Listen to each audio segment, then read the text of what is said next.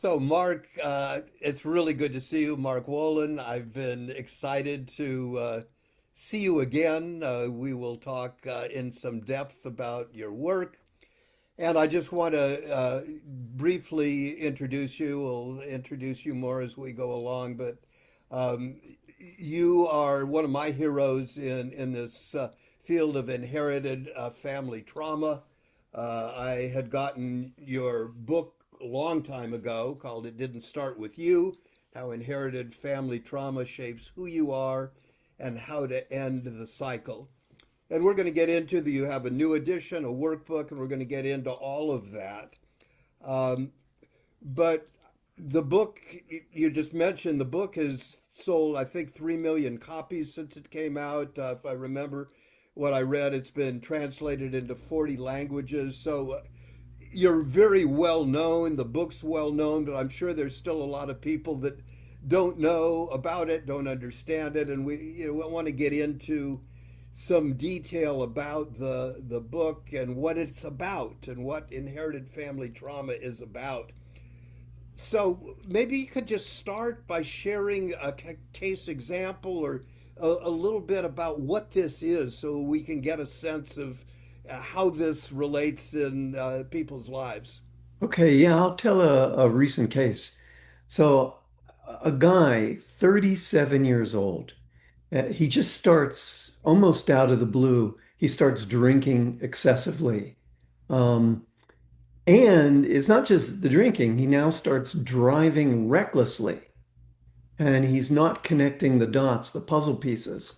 Let me shut off my email so we're not disturbed. Thank you. So he's not connecting the dots. Now, when he starts drinking is important.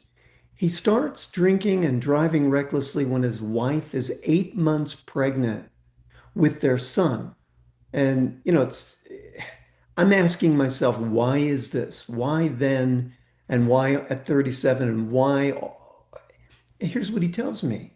His own father dies in a car crash the month before he's born.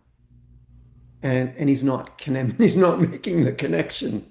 He never knows his father, but unconsciously, in my work, I would say he's attempting to join him in the same fate. And luckily, this guy shows up in my office. I mean, there's other pieces to the case too, because he's going to have an attachment trauma, of course, with his mom who's grieving.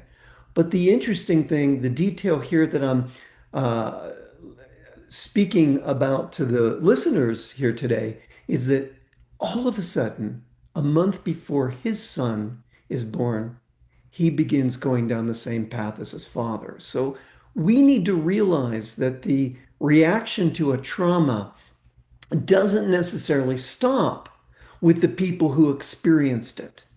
The feelings, the sensations, in this case, the behaviors, but specifically the stress response, the way the genes express. This can pass forward to the children and the grandchildren, affecting them in a similar way, even though they didn't personally experience the trauma. So, I guess I would say we really need to be cognizant of this because our children are our legacy.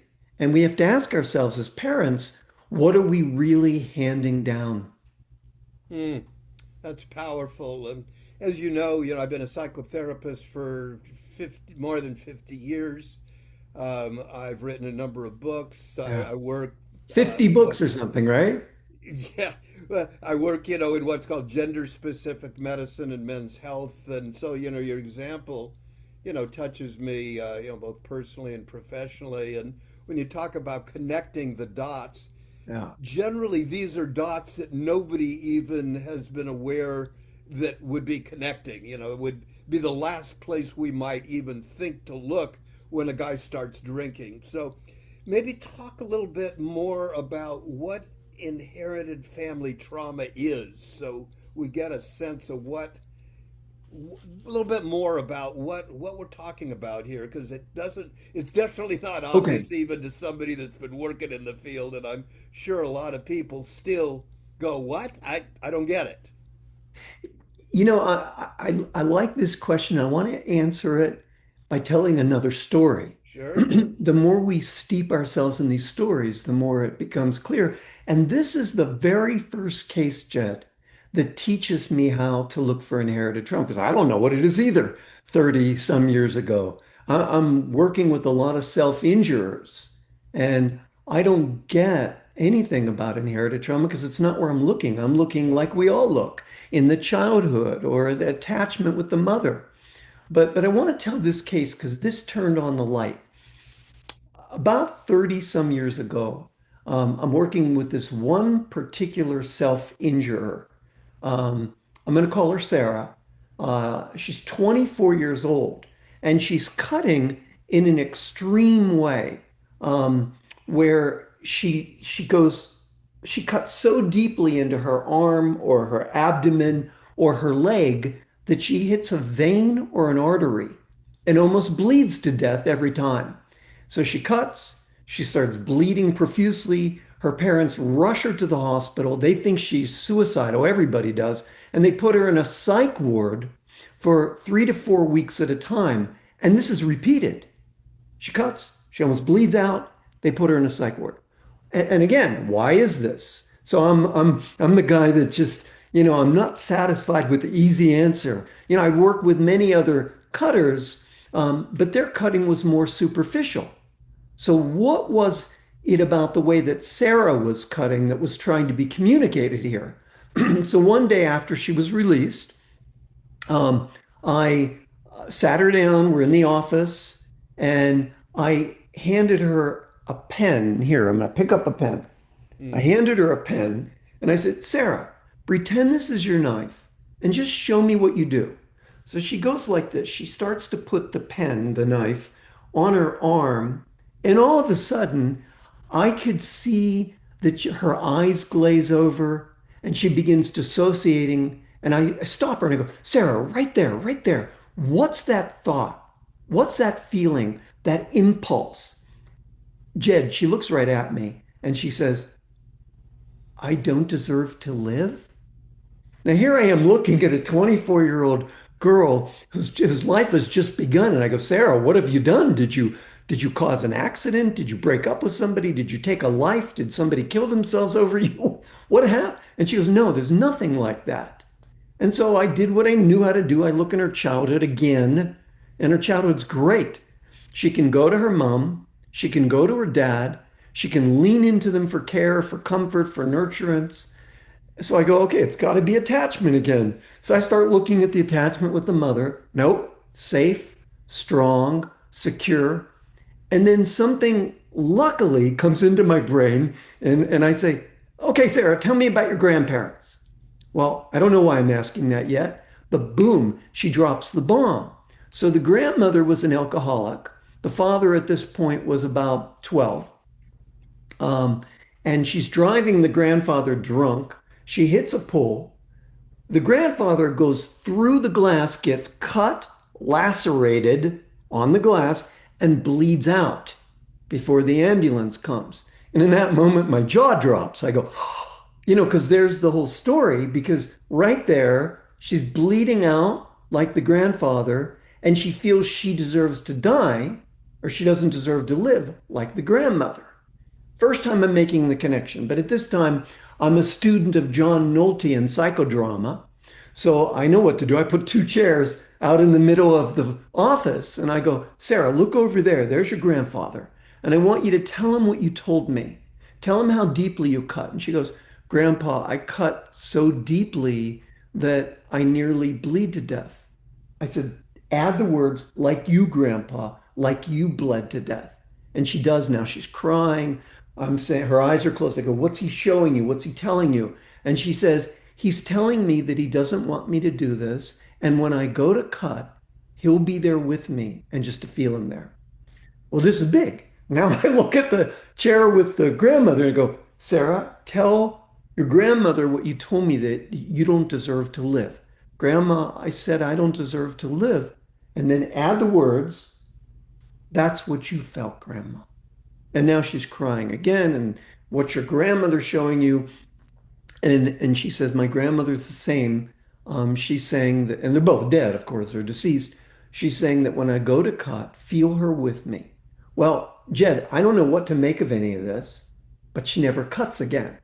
And now I do know what to make of this because, that's the one thing that worked. In fact, I even had her bring her dad in to do a session. Sarah, sit on this couch. I'm going to work with your dad. And because I knew what was keeping the story alive was his hatred of his mother for killing his father. And that needed to heal.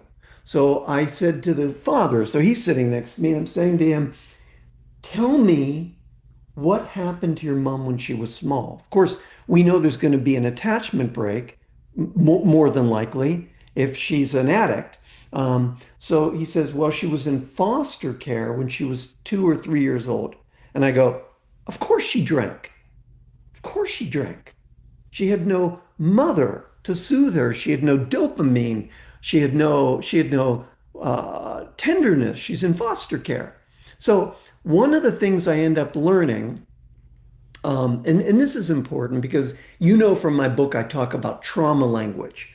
The verbal from her mouth, trauma language is I don't deserve to live, that didn't belong to her.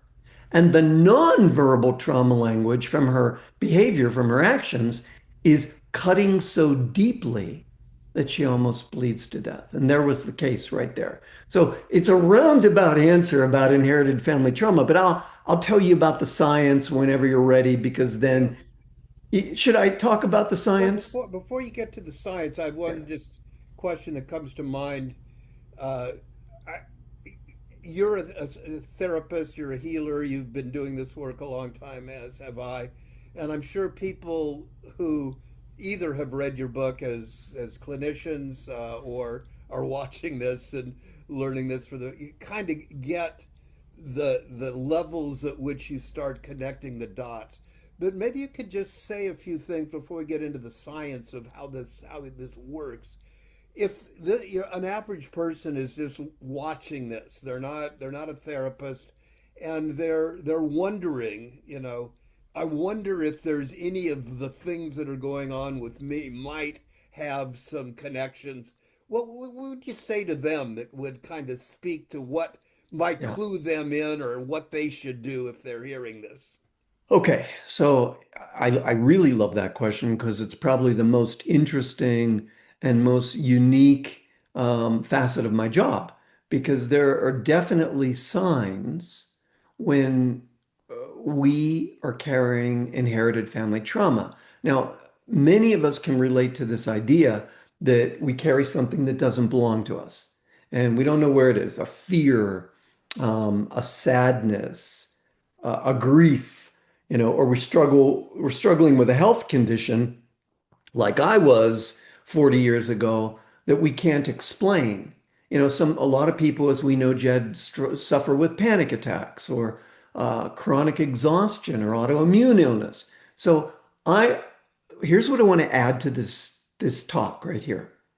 I've discovered that we can begin experiencing a fear or a symptom that strikes suddenly or unexpectedly when we reach a certain age or we hit a certain milestone, like the 37-year-old guy, he's pregnant, his wife's pregnant in the eighth month. That's a milestone. It's something that resonates. It starts ringing like an ancestral alarm clock back to an event that happened earlier.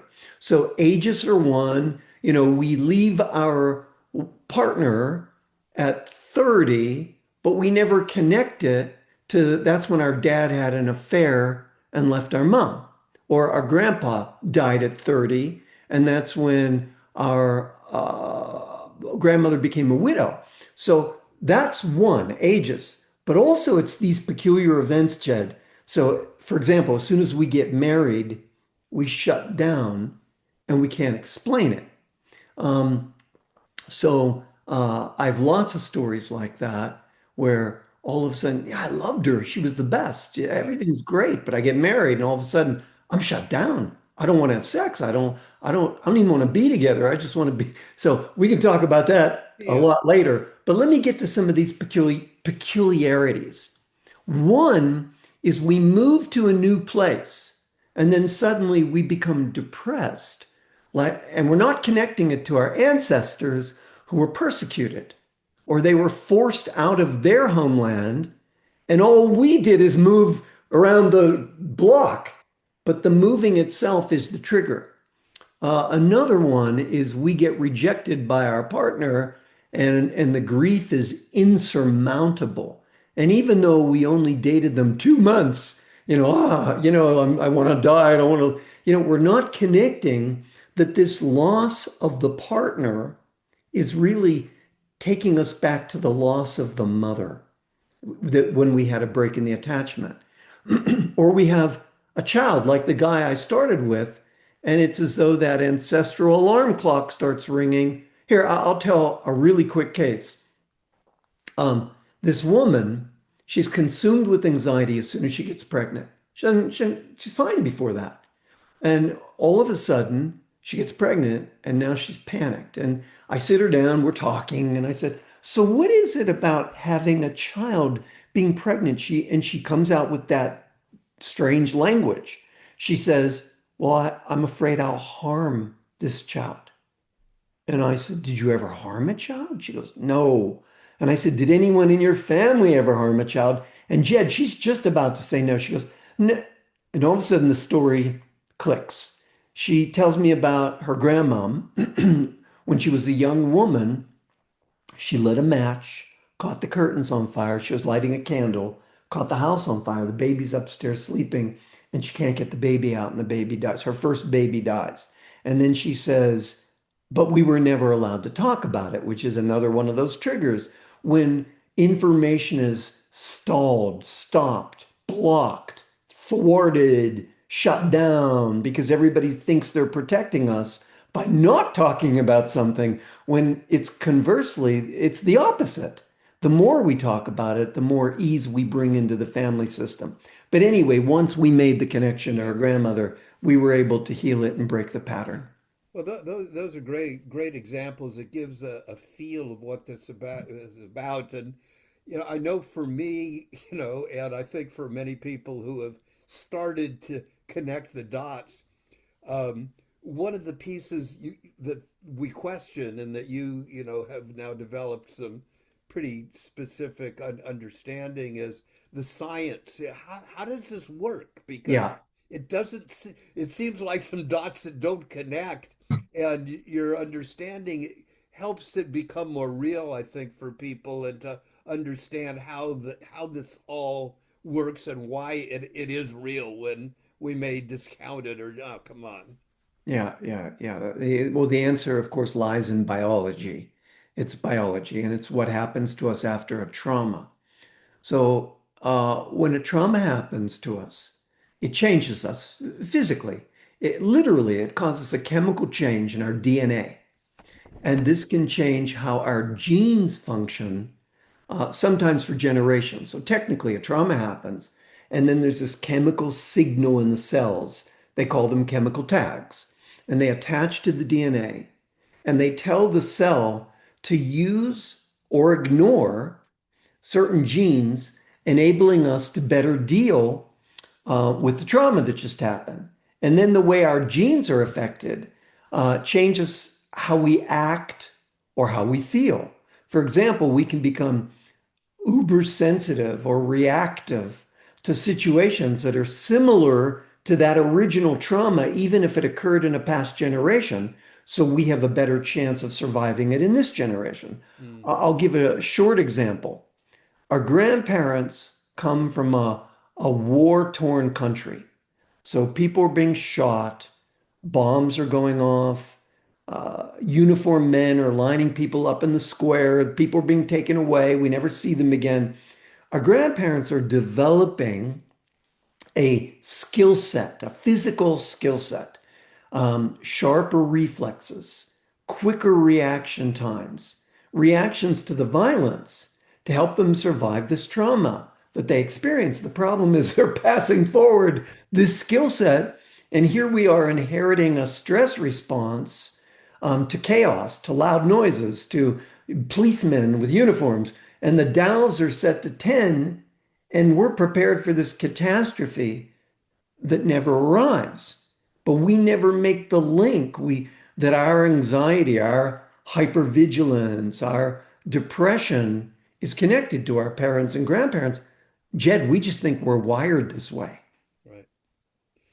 That I mean it speaks deeply to me, my personal life, a little bit about it that I, spent a lot of my both professional life looking at trauma and things in others in my personal life trying to figure out why I got depressed, why I carried this long standing depression and affecting my family and so on. And like many people who are interested, I've written books. I've written 17 books now about different aspects of healing. And as you know, one of the later of my 17 was looking at my father's trauma and how it Oh, affected me and how things he grew up with.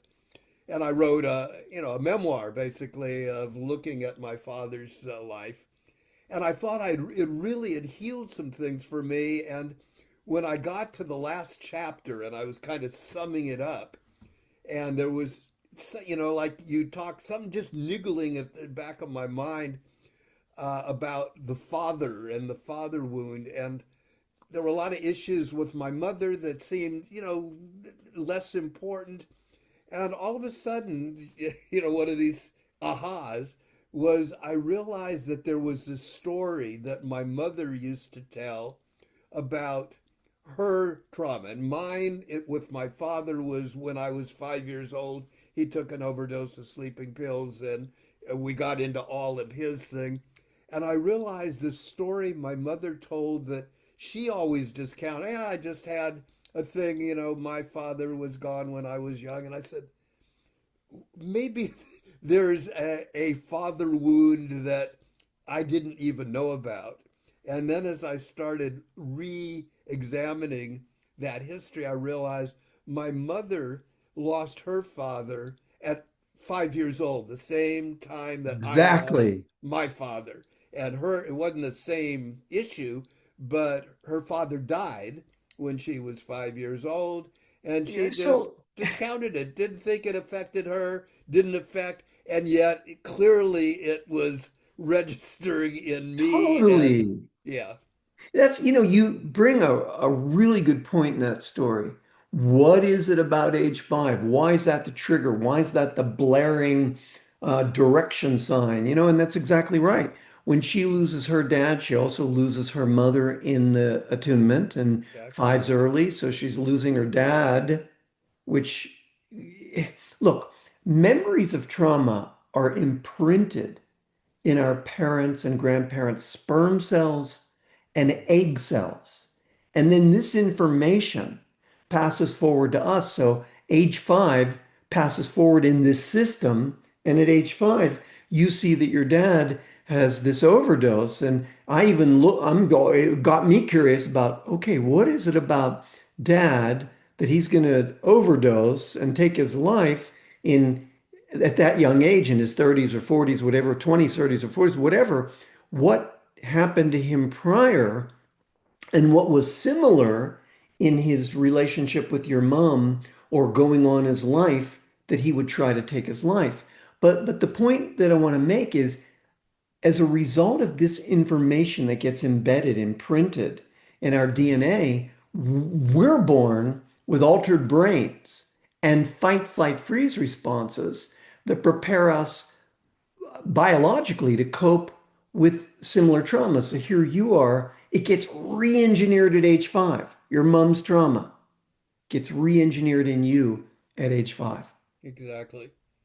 And another thing I wanted you to get into, because I found it very helpful when, both I read your book and took a workshop with you, and we'll talk a little bit about that. But you talk about the trauma language that we developed, core language that really often is going around subconsciously and sometimes. these words pop out that really help us see what we're embedded and telling ourselves on the conscious level, subconscious level, and in our, in our very DNA about some of how this impacts us. Could you talk a little more about that, the Yeah, language that we trauma use? language is important to me, both nonverbal, like we saw with Sarah. She's cutting, and verbal when she says, I don't deserve to live. So, I have tools that I've developed to help us pull out this trauma language that we don't think anything about it. We go around saying things that are peculiar, and we're not aware that we say things peculiar, or we're saying things that are very telling about our early environment with our mom, our attachment, or we're walking around with generational trauma. Oh, like that woman who was afraid she'd harm her baby. So that her trauma language, which what I call core language in the book, was I'll harm my child. So there's this one tool. I'm happy to do it with the listeners. I call it the core sentence, where I ask this question. Oh, I'll just ask it. Um, if your life were to fall apart, if your life were to fall apart, if things went terribly wrong, what's your worst fear? What's the worst thing that could happen to you? Feel into it. And if you feel resourced enough, just do this with me. If not, take it to your therapist and work with your therapist on this. But let me ask it again. If your life went south, if things just fell apart, what's your worst fear? What's the worst thing that could happen to you? And now, once you've got that, I'm going to ask another question. And what's the worst part of that if that happened? And now we're going to take it down one more level. And if that happened, what's the worst part of that? And now you're sitting at the bottom of a core, what I call a core sentence. And you get either generational sentences or attachment sentences. I'll give you some attachment sentences. I'll be all alone. I'll be abandoned. I'll be rejected. I'll be left. I won't matter. I won't exist. I'll lose my family. I'll lose my wife. I'll be judged, humiliated, ridiculed. These are all early experiences when the mother wasn't able to attune. She wasn't able to see us, know us, or soothe us. And that would be a sentence that would take us back to that trauma. A generational answer could be I'll lose everything, or I'll do something terrible. It'll all be my fault. I'll be hated. I'll be sent away. I'll be ostracized. This is generational. I'll be forgotten. Um, I'll be annihilated. I will. Those are some things that come to yeah, I'll mind. be Yeah. annihilated. Hey, because you said that, I'm going to tell you how that sentence, I'll be annihilated, can be both because it's really cool. I'm going to tell Okay, first we're going to go into the generational one. So I work with this Cambodian guy, and he's four when his father's entire father and his father's entire family is killed by the Khmer Rouge. So of course his sentence is I'll be annihilated because they were all annihilated. Right. But also I work with this woman who is in the womb of a mother who is not wanting to keep her, and during the first trimester for sure, she's trying to end the pregnancy. And you can imagine as the fetus, the cortisol that womb is filling with, the stress hormone of the mother feeling trapped. She doesn't want to be pregnant. She doesn't want a baby. She wants to end the pregnancy. So you can even feel the fetus trying to reach up to feel the connection, can't because there's all this cortisol. And then the resulting aloneness that the fetus would feel feels annihilating. The mother's trying to kill it. But let's talk about this for a minute because I'm not pro or con. This isn't on that level. It's at a different level. The heart comes online after about 20 days of being in the womb. So we have a heart, beats. And then the neural tube and the neural groove, that comes online 20 to 30 days. So basically, the foundations of a nervous system. We don't have cognition, but we have a sentience, we have a somatic awareness of the environment in the womb. So many of the times when I'm working with people clinically, I'm asking, what do you know about the pregnancy with your mom? Did she want to be pregnant? Did she like your dad? Did she not like him? Did she feel trapped? Was he cheating? Were they happy? Did she get enough from her mother that she could give enough? So, we have that's another place where we feel annihilated. Yeah. And of course, another one is a violent parent. Yeah, I want to get into, the more detail about the new book, the revised edition and the workbook.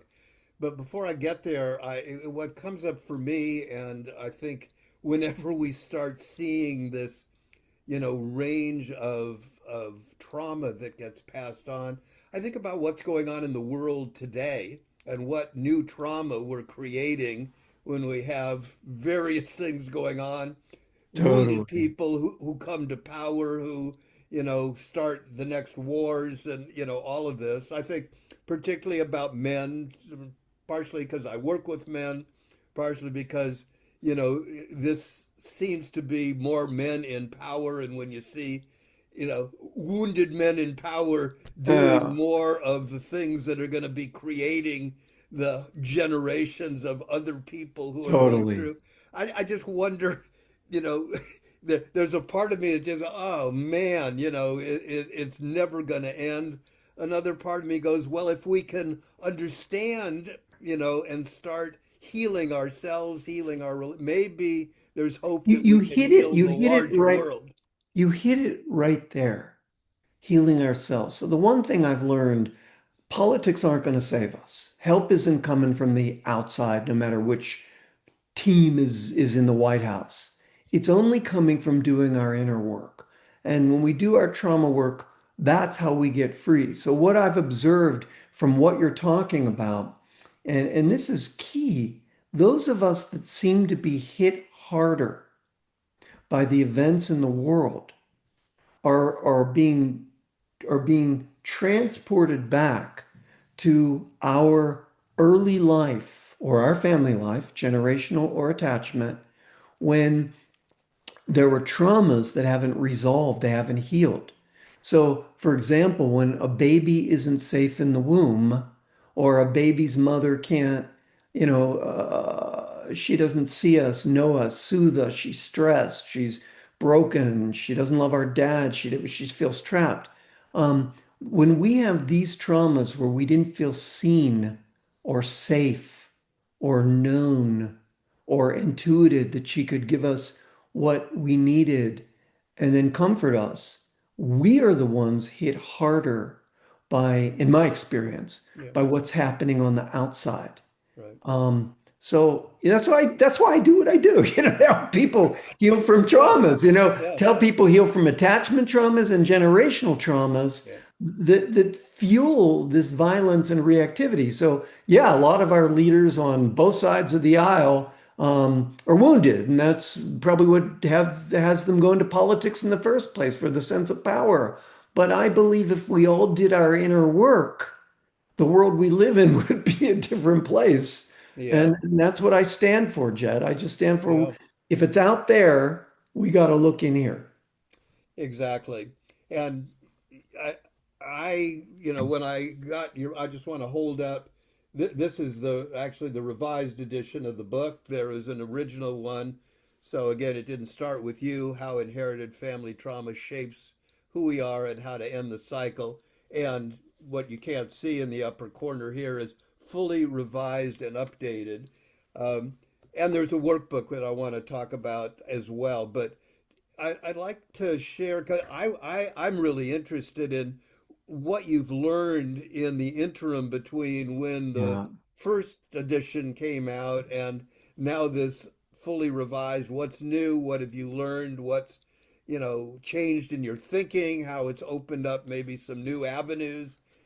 Tell us kind of what's gone on since then. Yeah, Jed, it's like I started to see that the field changed, and I love the first book, but I wanted to update it because there's a lot of new science that wasn't available the first time I wrote it. The first time I wrote the book,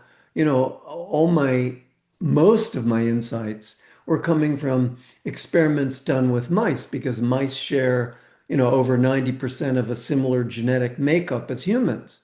But then in the last 10 years, there's been all this scientific research with humans.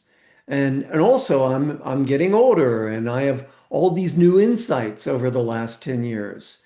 And there's all this new research, all my new insights, and I go to my publisher and I say, look, I'm not happy with the book.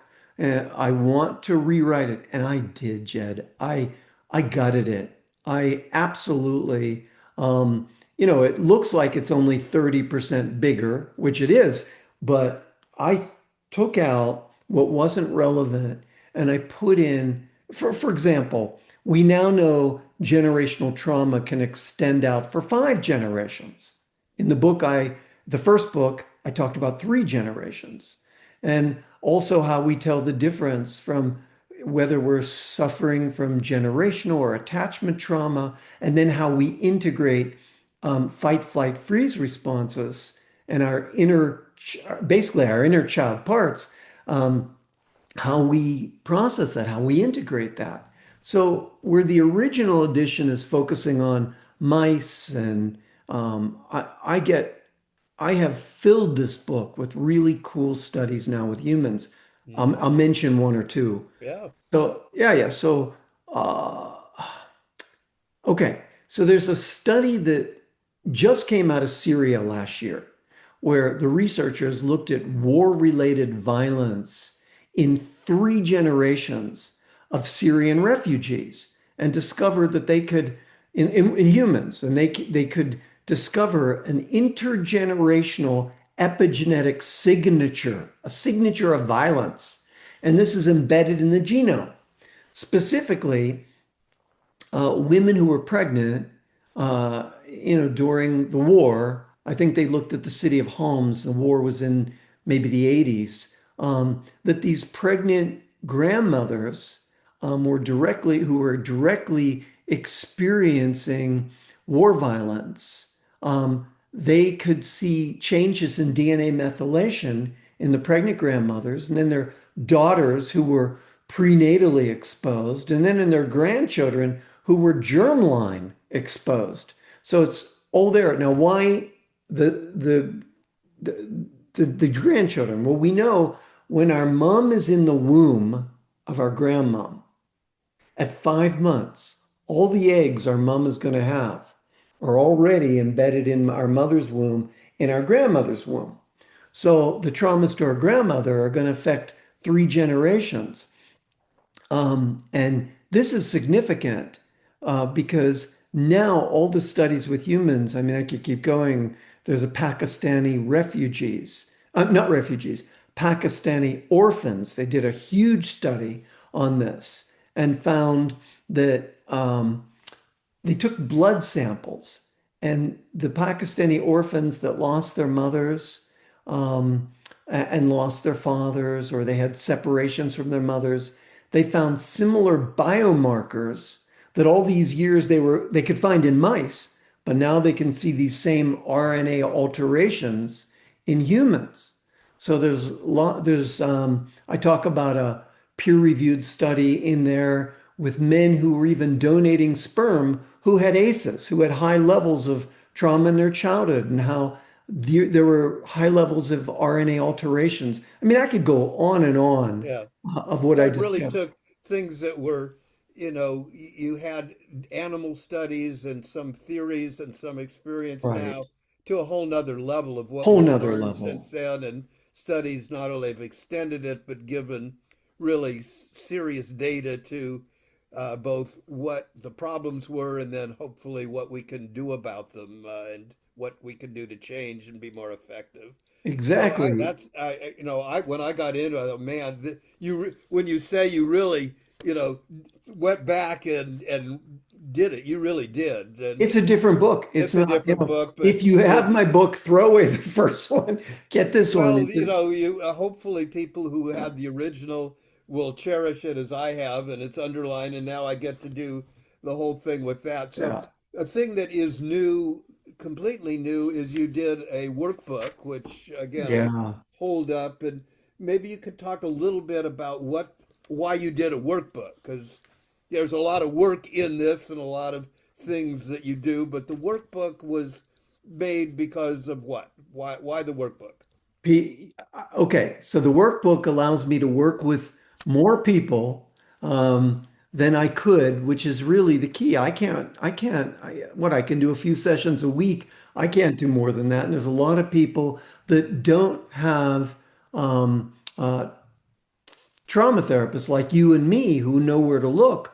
You know, a lot of people just do talk therapy or they're working on different levels. So I designed it for people who wanted to take their work um, to the next level. So the personal work. So it's like having a private session with me. I walk step by step with the reader and I make the workbook very experiential. So we do an exercise and it's very somatic. And then we take that exercise and then we go down another layer that's very somatic. And in fact, in several places, I even guide readers to stand in their own family constellations. Basically, what that is I have you put a pair of shoes in your in the field, in your office, in your living room, wherever you're working, and I guide readers to stand as their mom when they were young or their dad. I might even say, "Hey, Jed, let's put it. If your dad took those pills at that overdose at 5, I might say, let's put a pair of footprints of your dad here, and I'd have you stand in your dad's footprints, so you're getting a visceral Right. feeling of that. Or grandparents. Your grandparents came from this war-torn country.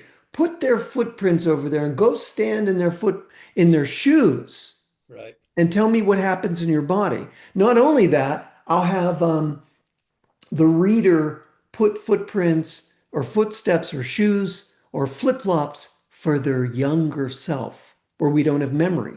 Because Jed, you know as well as I do, a lot of people come to us and go, I don't remember anything before the age of 10, or I remember very little. Okay? Put your footprints when you were an infant or when you were a toddler and go stand over there and tell me what's happening in your body.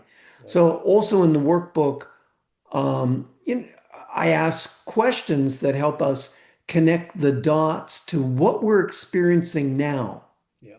to the traumas that happened either in our family history or in the attachment with our mom. Right. So all I can say is I walked step by step next to you as your guide, and it's extremely experiential, and I'm in love with the workbook. So Well, you I should be. love. It's when I did a workshop with you, and do you still do workshops yourself, I or do. I do. is the I'm doing workbook? less of that. Yeah, I you obviously the workbook expands how many people can do it, but um, so what I found both when I took the workshop with you, and I can feel the energy when I was reading the workbook is what books generally do is tap into our mind, and a lot of this stuff you really have to tap into your, the body, the inner stories, and you do that better than anybody I've ever known. And I Thank said, I you. think I told you when I took your workshop that it reminded me of the early days. I've been doing this a long time when I took workshop with Virginia Satir, who was Yeah. not only one of my again mentors and teachers, but a very famous and well-known therapist. Wrote a number of books, but she had workshops that she did that got people into the bodies of their parents and grandparents. She'd have loved this wherever she is. She'd be adding this work to what.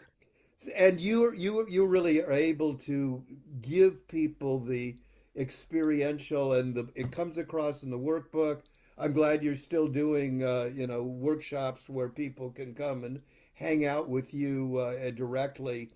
Um, so we're about towards the end of time today, and I just want to see while I've still got you, whether there's any other things that you feel you want to say to our listeners. We will be sharing the interview. We'll be writing an article that will talk about this field. But anything we've missed or you want to add in from what we've already said?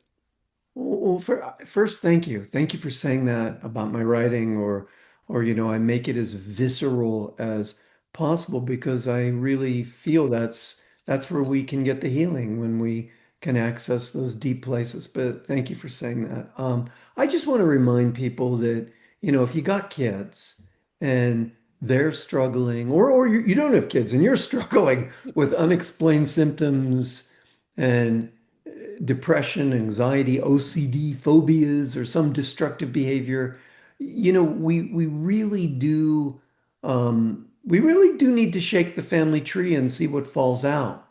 What are the family secrets that have been hidden, or what did we hear one time, but then they never talked about it again, or what stories didn't get told, but the cousins told us, or what traumas never healed all the way. We have to talk about these. We have to first for ourselves be able to, even if our parents are passed away, but we have a cousin, hey, what do you know? What do you know when I was young? Anything happened?